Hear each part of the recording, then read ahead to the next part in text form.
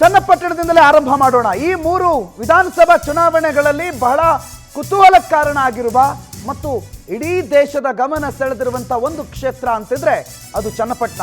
3 ಕ್ಷೇತ್ರಗಳಲ್ಲಿ ಬಹಿರಂಗ ಪ್ರಚಾರಕ್ಕೆ ಈಗ ಕೊನೆಗೂ ತೆರೆ ಬಿದ್ದಿದೆ.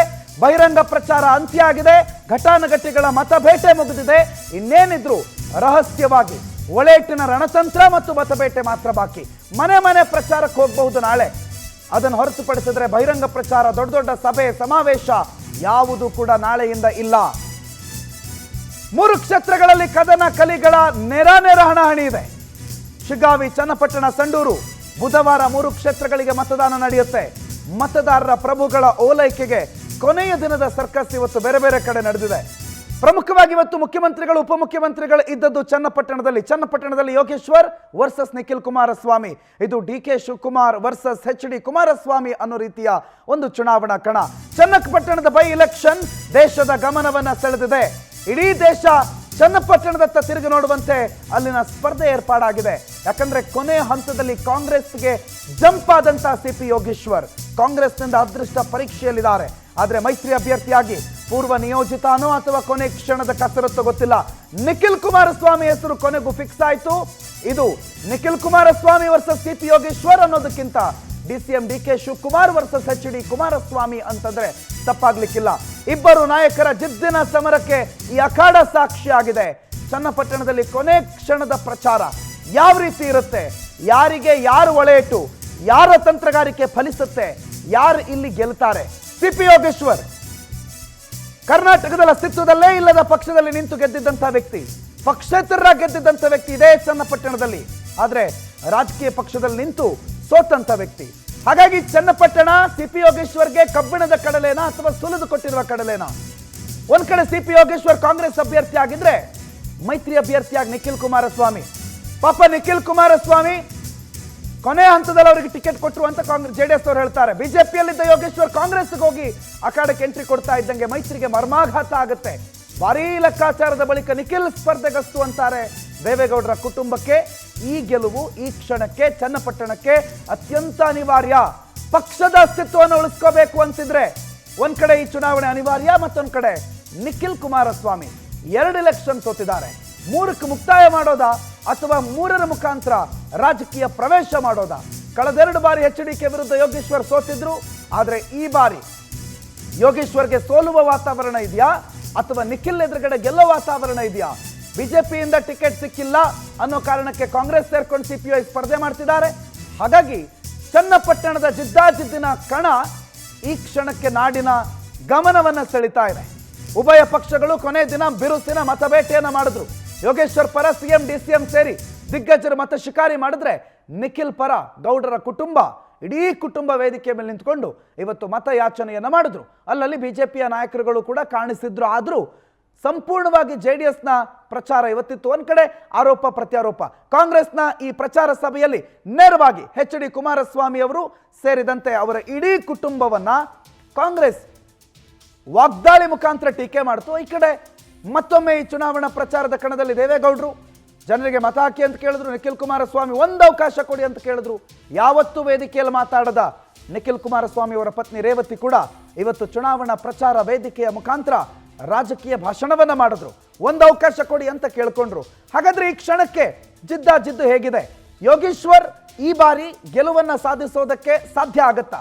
ಕಳೆದ 2 ಬಾರಿ ಎಚ್.ಡಿ. ಕುಮಾರಸ್ವಾಮಿ ಅವರ ವಿರುದ್ಧ ಸೋತಿದ್ದಂಥ ಯೋಗೇಶ್ವರ್ ಕುಮಾರಸ್ವಾಮಿ ಅವರ ಮಗನ ವಿರುದ್ಧ ಗೆಲ್ತಾರ? ಯೋಗೇಶ್ವರ್ ಸ್ಪರ್ಧೆ ಮಾಡಿರುವ ಚುನಾವಣೆಗಳಲ್ಲಿ 2 ಬಾರಿ ಸೋತಿದ್ರು, ಆದ್ರೆ 5 ಬಾರಿ ಗೆದ್ದಿದ್ರು. ಹಾಗಾಗಿ ಆಧುನಿಕ ಭಗೀರಥ ಅಂತ ಕರೆಸ್ಕೊಂಡಿರುವ ಸಿ.ಪಿ. ಯೋಗೇಶ್ವರ್ಗೆ ಮತಗಳಾಗಿ ಅಲ್ಲಿನ ಜನರ ಆಶೀರ್ವಾದ ಬರುತ್ತಾ ಅಥವಾ ತಂದೆಗೆ ಹೇಗೆ ಚನ್ನಪಟ್ಟಣದಲ್ಲಿ ಆಶೀರ್ವಾದ ಮಾಡಿ ಸತತವಾಗಿ 2 ಬಾರಿ ಗೆಲ್ಲಿಸಿದ್ರು, ಸತತವಾಗಿ 2 ಬಾರಿ ಅವರನ್ನ ಗೆಲ್ಲಿಸಿ ಅದೇ ಕ್ಷೇತ್ರದಿಂದ ಗೆದ್ದು ಮುಖ್ಯಮಂತ್ರಿ ಆಗೋವರೆಗೂ ಅವಕಾಶವನ್ನು ಮಾಡಿಕೊಟ್ರು ಚನ್ನಪಟ್ಟಣದ ಜನತೆ. ಅದೇ ಅವಕಾಶವನ್ನ ಅವರ ಪುತ್ರನಿಗೆ ಮಾಡಿಕೊಡ್ತಾರ? ಇದು ವೈಯಕ್ತಿಕವಾದ್ರೆ, ಇನ್ನೊಂದು ಕಡೆ ಜಿದ್ದು ಕಳೆದ ಬಾರಿಯ ಲೋಕಸಭಾ ಚುನಾವಣೆಯಲ್ಲಿ ಡಿ.ಕೆ. ಸುರೇಶ್ ಸೋಲನ್ನ, ಆ ಸೋಲಿನ ಸೇಡನ್ನು ತೀರಿಸ್ಕೋಬೇಕು ಅಂತ ಹೇಳಿ ಈ ಕಡೆ ಡಿ.ಕೆ. ಶಿವಕುಮಾರ್ ಸಿದ್ಧತೆಗಳನ್ನ ಪ್ರಯತ್ನವನ್ನ ಮಾಡ್ತಾ ಇದ್ರೆ, ಜೆಡಿಎಸ್ಗೆ ಅಸ್ತಿತ್ವದ ಪ್ರಶ್ನೆ. ಅದೇ ಹಳೆ ಮೈಸೂರು ಭಾಗ ತಗೊಳ್ಳಿ ಅಥವಾ ಅದೇ ರಾಮನಗರ ಜಿಲ್ಲೆ ತಗೊಳ್ಳಿ, ಆ ಭಾಗದಲ್ಲಿ 7ಕ್ಕೆ ಏಳಿದ್ದಂತ ಜೆಡಿಎಸ್ ಇವತ್ತು 1 ಸ್ಥಾನಕ್ಕೆ ಬಂದಿದೆ. ಈ 1 ಸ್ಥಾನವನ್ನ ಕಳ್ಕೊಂಡ್ರೆ ಜೆಡಿಎಸ್ ಅಲ್ಲಿ ನಾಮಾವಶೇಷ. ಯಾವುದೇ ಕ್ಷೇತ್ರದಲ್ಲಿ ಜೆಡಿಎಸ್ನ ಯಾವ ಅಭ್ಯರ್ಥಿನೂ ಇಲ್ಲದಂತಾಗತ್ತೆ, ಯಾವ ಪ್ರತಿನಿಧಿಯೂ ಇಲ್ಲದಂತಾಗತ್ತೆ. ಹಾಗಾಗಿ ಅಸ್ತಿತ್ವದ ಪ್ರಶ್ನೆ, ಅಳಿವು ಉಳಿವಿನ ಪ್ರಶ್ನೆ JDSಗೆ. ದೇವೇಗೌಡರ ಕುಟುಂಬಕ್ಕೆ ಈ ಚುನಾವಣೆ ಬಹಳ ಮಹತ್ವದ ಪ್ರಶ್ನೆ. ಇನ್ನು ನಿಖಿಲ್ ವೈಯಕ್ತಿಕವಾಗಿ ತಗೊಂಡ್ರೆ ಕಳೆದ ಬಾರಿ ರಾಮನಗರದಿಂದ ಸ್ಪರ್ಧೆ ಮಾಡಿದ್ರು ವಿಧಾನಸಭೆಗೆ. ಅವರ ತಾಯಿ ನಿಂತಿದ್ದಂಥ ಜಾಗಕ್ಕೆ, ತಾಯಿಯಿಂದ ತೆರವಾದಂಥ ಕ್ಷೇತ್ರಕ್ಕೆ ಸ್ಪರ್ಧೆ ಮಾಡಿದ್ರು, ಸೋತರು. ಅದಕ್ಕಿಂತ ಮೊದಲು ಮಂಡ್ಯ ಎಂಥ ಚುನಾವಣೆ, ಕಾಂಗ್ರೆಸ್ ಮತ್ತು JDS ಒಂದಾಗಿದ್ದಂಥ ಚುನಾವಣೆ. ಯಾವ ಭಾಗದಲ್ಲಿ ಕಾಂಗ್ರೆಸ್ JDS ಪ್ರಾಬಲ್ಯವನ್ನು ಹೊಂದಿತ್ತೋ, ಯಾವ ಭಾಗದಲ್ಲಿ ನೇರ ಕಾಂಗ್ರೆಸ್ ವರ್ಸಸ್ JDS ಅನ್ನೋ ಚುನಾವಣೆ ಇತ್ತೋ, ಆ ಭಾಗದಲ್ಲೇ ಕಾಂಗ್ರೆಸ್ ಮತ್ತು JDSನ ಮೈತ್ರಿ ಅಭ್ಯರ್ಥಿ ಸೋಲನ್ನು ಅನುಭವಿಸಿದ್ರು. ಅಂಥ ಜಿದ್ದಿನ ಚುನಾವಣೆಯನ್ನ ಮಂಡ್ಯ ಲೋಕಸಭೆ ಕೂಡ ಕಂಡಿತ್ತು. ಆದ್ರೆ ಈ ಬಾರಿ ಲೋಕಸಭೆಯಲ್ಲಿ ಕುಮಾರಸ್ವಾಮಿ ಗೆದ್ರು ಅದೇ ಮಂಡ್ಯದಿಂದ. ಈಗ ಕುಮಾರಸ್ವಾಮಿ ಅವರು ನಿರ್ಗಮಿಸಿದ್ದಂಥ ಚನ್ನಪಟ್ಟಣ ವಿಧಾನಸಭೆಗೆ ತಮ್ಮ ಪುತ್ರನ ಪರಿಚಯ ಮಾಡಿದ್ದಾರೆ. ಇದು ಪೂರ್ವ ನಿಯೋಜಿತನೋ ಅಥವಾ CP ಯೋಗೇಶ್ವರ್ ಆ ಕಡೆ ಹೋದ್ರು ಅನ್ನೋ ಕಾರಣಕ್ಕೆ ಬಂತು. ಒಟ್ಟಾರೆ ಕೊನೆ ಹಂತದಲ್ಲಿ ಇಲ್ಲಿನ ರಾಜಕೀಯ ಸಮೀಕರಣಗಳು ಬದಲಾಗಿರೋದು. ಜಾತಿ ಸಮೀಕರಣ, ಲೆಕ್ಕಾಚಾರ ಎಲ್ಲ ನೋಡಿದ್ರು ಒಕ್ಕಲಿಗ ಪ್ರಾಬಲ್ಯ ಇರುವಂಥ ಕ್ಷೇತ್ರ. ಒಕ್ಕಲಿಗ ಪ್ರಾಬಲ್ಯ ಜೊತೆಗೆ CP ಯೋಗೇಶ್ವರ್ ತನ್ನದೇ ಆದಂಥ ಒಂದಿಷ್ಟು ಮತಗಳನ್ನು ಅಲ್ಲಿ ಹೊಂದಿದ್ದಾರೆ. ಯಾಕಂದ್ರೆ ಕಳೆದ ಬಾರಿ ಕಾಂಗ್ರೆಸ್ ಅಲ್ಲಿ ಪಡ್ಕೊಂಡಿದ್ದೇ ಕೇವಲ 30,000. ಆದರೆ ಆ 30,000 ಜೊತೆಗೆ CP ಯೋಗೇಶ್ವರ್ಗೆ ಈ ಬಾರಿ ಅಲ್ಲಿನ ಆಶೀರ್ವಾದ ಸಿಗುತ್ತಾ ಅಥವಾ ನಿಖಿಲ್ ಕುಮಾರಸ್ವಾಮಿಗೆ ರಾಜಕೀಯ ಜನ್ಮ ಕೊಡುತ್ತಾ ಚನ್ನಪಟ್ಟಣ ಅನ್ನೋದೇ ಸದ್ಯಕ್ಕಿರೋ ಪ್ರಶ್ನೆ. ಇಲ್ಲಿರುವ ಹಲವು ಪ್ರಶ್ನೆಗಳಿಗೆ ಒಂದೊಂದಾಗಿ ಉತ್ತರವನ್ನು ಕಂಡುಕೊಳ್ತಾ ಹೋಗೋಣ. ನೇರ ಸಂಪರ್ಕದಲ್ಲಿ ಈಗ ಚನ್ನಪಟ್ಟಣದಿಂದ ಜಾಯ್ನ್ ಆಗ್ತಿದ್ದಾರೆ ನನ್ನ ಪ್ರತಿನಿಧಿ ರೂಪೇಶ್ ಬೈಂದೂರು. ರೂಪೇಶ್, ಒಂದೊಂದಾಗಿ ಹೋಗೋಣ ಅಂತ. ಯೋಗೇಶ್ವರ್ಗೆ ಈಗ ಸದ್ಯಕ್ಕೆ ಹೇಗಿದೆ? ಯಾಕಂದ್ರೆ ಹೆಸರೇ ಇಲ್ಲದಂಥ ಪಕ್ಷದಲ್ಲಿ ನಿಂತು ಗೆದ್ದಿದ್ರು, ಪಕ್ಷೇತರರಾಗಿ ನಿಂತು ಗೆದ್ದಿದ್ರು. ಸೊ ಯೋಗೇಶ್ವರ್ ತನ್ನದೇ ಆದಂಥ ಒಂದು ಮತ ಬ್ಯಾಂಕನ್ನು ಅಲ್ಲಿ ಹೊಂದಿದ್ರು ಅನ್ನೋದು ಅದು ಕಾಂಗ್ರೆಸ್ಗೆ ಸೇರ್ತಾ ಇದ್ದಂಗೆ ಅವ್ರಿಗೆ ಪ್ಲಸ್ ಆಗ್ತಾ ಇದೆಯಾ, ಮೈನಸ್ ಆಗ್ತಾ ಇದೆಯಾ? ಯೋಗೇಶ್ವರ್ ಅವರ ಸಾಧ್ಯತೆ ಏನೀಗ ಚನ್ನಪಟ್ಟಣದಲ್ಲಿ ಸದ್ಯಕ್ಕೆ? ಪ್ರಣೋತ್, ಯೋಗೇಶ್ವರ್ ಅವರು ಇಲ್ಲಿ ಯಾಕಂತ ಹೇಳಿದ್ರೆ ಯಾವ ರೀತಿಯಾಗಿ ಕಾಂಗ್ರೆಸ್ ಅನ್ನು ನಂಬಿಕೊಂಡಿದ್ದಾರೆ ಅಂತ ಹೇಳಿದ್ರೆ ಯೋಗೇಶ್ವರ್ ಅವರಿಗೆ ತನ್ನದೇ ಬಾಲದ ಮೇಲೆ ಸಾಕಷ್ಟು ಆತ್ಮವಿಶ್ವಾಸ ಇದೆ.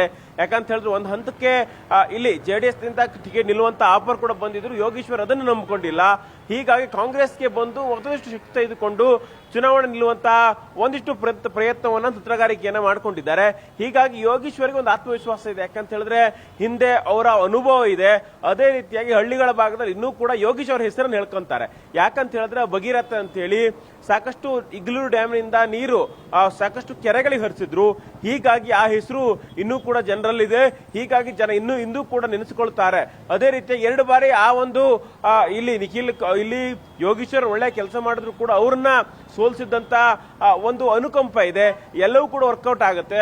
ಅದಾದ ಬಳಿಕ ಆಡಳಿತ ಯಂತ್ರ DK ಶಿವಕುಮಾರ್, ಅದೇ ರೀತಿಯಾಗಿ DK ಸುರೇಶ್ ಅವರ ಬಲ ಸೇರ್ಕೊಂಡ್ರೆ ಗೆಲ್ಲಬಹುದು ಅನ್ನುವಂತ ವಿಶ್ವಾಸ ಯೋಗೇಶ್ವರ್ ಅವರಿಗಿದೆ. ಹೀಗಾಗಿ ಕಳೆದ MP ಚುನಾವಣೆಯಲ್ಲೂ ಕೂಡ ಕಾಂಗ್ರೆಸ್ 80,000 ವೋಟ್ ಅಂತ ತೆಗೆದುಕೊಂಡಿತ್ತು. ಯಾಕಂದ್ರೆ ಸಂಘಟನೆ ಇಲ್ಲ ಅಂತ ಹೇಳಿ ಹಿಂದೆ ಭಾವಿಸಿಕೊಂಡಿದ್ರು. 30,000 ಮತ ಮಾತ್ರ ಪಡ್ಕೊಂಡಿತ್ತು ವಿಧಾನಸಭಾ ಚುನಾವಣೆಯಲ್ಲಿ.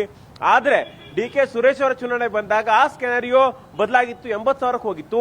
ಹೀಗಾಗಿ CP ಯೋಗೇಶ್ವರ ಸ್ವಂತ ವರ್ಚಸ್ಸು, ಕಾಂಗ್ರೆಸ್ ಅಥವಾ ಆಡಳಿತ ಯಂತ್ರ ಎರಡೂ ಸೇರ್ಕೊಂಡ್ರೆ ಗೆಲ್ಲಬಹುದು ಅನ್ನೋ ಲೆಕ್ಕಾಚಾರ ಇಲ್ಲಿ CP ಯೋಗೇಶ್ವರ್ ಅವರಿಗೆ ಇದೆ ಪ್ರಣೋತ್. ಆದ್ರೆ ನಿಖಿಲ್ ಕತೆ ಏನು? ನಾನು ಆಗ್ಲೇ ಹೇಳ್ತಾ ಇದ್ದೆ, ಮಂಡ್ಯದಲ್ಲಿ ಅಂತ ಕಾಂಗ್ರೆಸ್ ವರ್ಸಸ್ JDS ಅನ್ನುವಂಥ ಪರಿಸ್ಥಿತಿನಲ್ಲಿ ಕಾಂಗ್ರೆಸ್ JDS ಒಟ್ಟಾಗಿ ನಿಖಿಲ್ ನಿಲ್ಲಿಸಿದಾಗಲೇ ನಿಖಿಲ್ ಸೋತಿದ್ದಂಥ ಒಂದು ಕಣ. ಅವರದ್ದೇ ಹೋಮ್ ಪಿಚ್ ಅಂತ ಹೇಳ್ಬೋದೇನೋ, ಅಂತ ಹೋಮ್ ಪಿಚ್ ಅಲ್ಲೇ ನಿಖಿಲ್ ಹಿಂದೆ ಸೋತಿದ್ರು. ಈಗ 3ಕ್ಕೆ ಮುಕ್ತಾಯನ ಅಥವಾ ಇಲ್ಲಿಂದಲೇ ರಾಜಕೀಯ ಪ್ರವೇಶವನ್ನ ನಿಖಿಲ್ ಪಡೆದುಕೊಳ್ಳೋ ಸಾಧ್ಯತೆಗಳಿದೆಯಾ? ಅಪ್ಪನಿಗೆ ಕೊಟ್ಟಂತ ಬೆಂಬಲವನ್ನ ಚನ್ನಪಟ್ಟಣ ಜನ ಮಗನಿಗೂ ಕೊಡೋ ಲಕ್ಷಣಗಳು ಈ ಹಂತ ಕಾಣ್ತಾ ಇದೆಯಾ?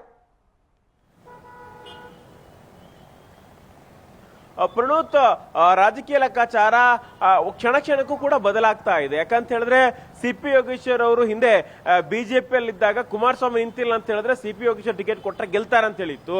ಅದಾದ ಬಳಿಕವಾಗಿ ನಾಮಿನೇಷನ್ಗೆ ಕಾಂಗ್ರೆಸ್ಗೆ ಬಂದಾಗ ಜನ ಕನ್ಫ್ಯೂಸ್ ಆಗ್ತಾರಲ್ವಾ, ಅಥವಾ ಅಂತ ಯಾಕೆ ಕಾಂಗ್ರೆಸ್ ಸೇರ್ತಾರೆ ಅಂತ ಅಂದ್ಕೊಂಡಿತ್ತು. ನಾಮಪತ್ರ ಸಲ್ಲಿಕೆ ಮಾಡಿದಾಗ ಅಲ್ಲ, CP ಯೋಗೇಶ್ವರ್ ಅವರೇ ಗೆಲ್ಲಬಹುದು. ಯಾಕಂತ ಹೇಳಿದ್ರೆ ಕ್ಯಾಂಡಿಡೇಟ್ ಅನೌನ್ಸ್ ಆಗಿರಲಿಲ್ಲ. ಹೀಗಾಗಿ CP ಯೋಗೇಶ್ವರ್ ಕಾಂಗ್ರೆಸ್ಗೆ ಬಂದಾಗ ಸುಲಭ ಜಯ ಆಗುತ್ತೆ ಅಂತ ಹೇಳಿ ಒಂದು ಲೆಕ್ಕಾಚಾರ ಹೇಳಿತ್ತು. ಆದ್ರೆ ಯಾವತ್ತು ನಿಖಿಲ್ ಕುಮಾರಸ್ವಾಮಿ ಅಭ್ಯರ್ಥಿ ಆಗ್ತಾರೆ, ಅದಾದ ಬಳಿಕವಾಗಿ ದೇವೇಗೌಡರು ಕುಮಾರಸ್ವಾಮಿ ಕುಟುಂಬ ಅದೇ ರೀತಿಯಾಗಿ ಬಿಜೆಪಿ ನಾಯಕರು ಎಲ್ಲರೂ ಕೂಡ ಒಗ್ಗಟ್ಟಿನ ಪ್ರದರ್ಶನ ಮಾಡಿಕೊಂಡು ಒಂದಿಷ್ಟು ಬಲವನ್ನು ತುಂಬುತ್ತಾ ಬಂದ್ರು. ಒಂದಿಷ್ಟು ಭಾವನಾತ್ಮಕ ವಿಚಾರವನ್ನು ಕೂಡ ಕುಮಾರಸ್ವಾಮಿ ಅವರು ಕಾಯಿನ್ ಮಾಡಿದ್ರು. ಹೀಗಾಗಿ ನಾನು ಯಾಕಂತ ಹೇಳಿದ್ರೆ ಈಗ ಬೇರೆ ಬೇರೆ ವಿಚಾರವನ್ನ ಪ್ರಸ್ತಾಪ ಮಾಡ್ತಾ ಆಧುನಿಕ ಭಗೀರಥ ಅಂತೇಳಿ ಇಲ್ಲಿನವರು ಯಾರ್ಯಾರು ಕರೀಬಹುದು, ಆದ್ರೆ ದೇವೇಗೌಡರು ಸಾಕಷ್ಟು ಕೊಡುಗೆಯನ್ನು ಕೊಟ್ಟಿದ್ದಾರೆ. ಅದೇ ರೀತಿಯಾಗಿ ಸಾಕ್ಷಿ ಗುಡ್ಡೆಗಳ ಬಗ್ಗೆ ಪದೇ ಪದೇ ಪ್ರಸ್ತಾಪವನ್ನು ಮಾಡ್ತಾರೆ. ನಾನು ಸಿಎಂ ಆಗಿದ್ದಾಗ ಏನೇನು ಮಾಡಿದ್ರು ಅಂತೇಳಿ ಕುಮಾರಸ್ವಾಮಿ ಅವರು ಕನ್ವಿನ್ಸ್ ಮಾಡುವಂತ ಪ್ರಯತ್ನವನ್ನು ಮಾಡಿದ್ರು. ಅದೇ ರೀತಿಯಾಗಿ ಒಂದಿಷ್ಟು ಅನುಕಂಪದ ಮತವನ್ನ ಕೇಳುವಂತ ಪ್ರಯತ್ನ ಮಾಡಿದ್ರು. ಹೀಗಾಗಿ ಒಂದು ಮೊದಲಿದ್ದಂತ ವಾತಾವರಣ ಇಲ್ಲಿ ಸಿಪಿ ಯೋಗೀಶ್ವರ್ ಅವರಿಗೆ ಇಲ್ಲ ಅನ್ನೋದನ್ನ ನಾವಿಲ್ಲಿ ಭಾವಿಸ್ಕೊಳ್ಬಹುದು. ಅದೇ ರೀತಿಯಾಗಿ ಸಿಟಿ ಕಡೆ ಬಂದಾಗ ಸಿಪಿ ಯೋಗೀಶ್ವರ್ಗೆ ಸಾಲಿಡ್ ಆಗಿ ಮತಗಳು ಬರುತ್ತೆ. ಹಳ್ಳಿ ಕಡೆ ಹೋದಾಗ ಇನ್ನೂ ಕೂಡ ನಿಖಿಲ್ ಕುಮಾರಸ್ವಾಮಿಗೆ ಫೈಟ್ ಮಾಡುವಂತ ಶಕ್ತಿ ಇದೆ ಅಂತೇಳಿ ನಾವು ಕಂಡು ಬರುತ್ತೆ. ಹೀಗಾಗಿ ಈ ಒಂದು ಮತಗಳನ್ನ ಯಾಕಂದ್ರೆ ಒಂದಿಷ್ಟು ಚೇಂಜಸ್ ಯಾಕಂತ ಹೇಳಿದ್ರೆ ಒಟ್ಟಾರೆಯಾಗಿ ಗೆಲ್ಲಿಕ್ಕೆ ಸಾಕಷ್ಟು ಮತಗಳು ಬೇಕಾಗುತ್ತೆ. ಆದ್ರೂ ಕೂಡ ಗೆಲ್ತೇನೆ ಅಂತ ಹೇಳಿ ದೊಡ್ಡ ಮಟ್ಟಕ್ಕೆ ಆತ್ಮವಿಶ್ವಾಸವನ್ನ ಅಥವಾ ಈಗಲೇ ಹೇಳೋದು ಕಷ್ಟ ಆದ್ರೂ ಕೂಡ ಸ್ವಲ್ಪ ಪ್ರಮಾಣದ ಇಂಪ್ಯಾಕ್ಟ್ ಅನ್ನ ಚೇಂಜಸ್ ಅನ್ನ ಮಾಡಿದ್ದಾರೆ. ಆದ್ರೆ ಆ ಮತಗಳ ಅಂತರ ಎಷ್ಟು ಅಂತೇಳಿ ನೋಡ್ಬೇಕಾಗತ್ತೆ.